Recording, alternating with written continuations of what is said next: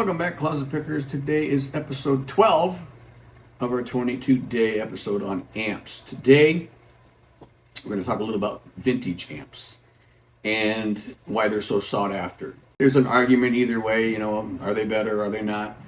And it's like I've always said with anything musically, whether what type of guitar you play or what amp you have, it's all about personal preference. It's what your ear likes, it's what you like, and what you can afford. So the deal with the deal with the vintage amps back in the day, all the way down to the cloth wiring, which they don't use anymore, and also releasing a segment on tubes, new old stock tubes.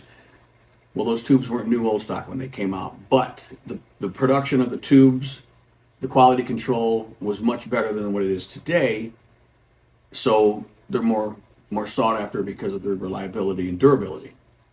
The components that they used, like the Marshalls back in the day, were using what there was called mustard caps, which they don't longer make.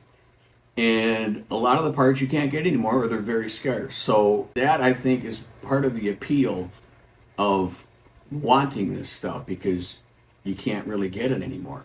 And people's ears tell them when they hear a vintage amp that it does sound better, or there's something unique about them. Part of that is because a lot of the vintage stuff, it's all point-to-point wiring because circuit boards hadn't come out yet. That's a cleaner signal path.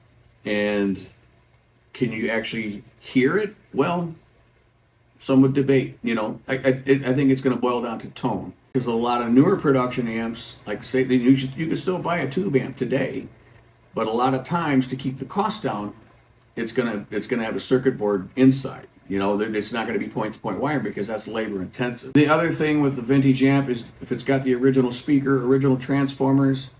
Again, if they're still working in top shape, they're broke in, especially the speaker. If that speaker's broke in, it's opened up very nicely, because sometimes when you put a new speaker in, it can be stiff. You got to put a few hundred hours on it to kind of just get it into where it's, into its sweet spot.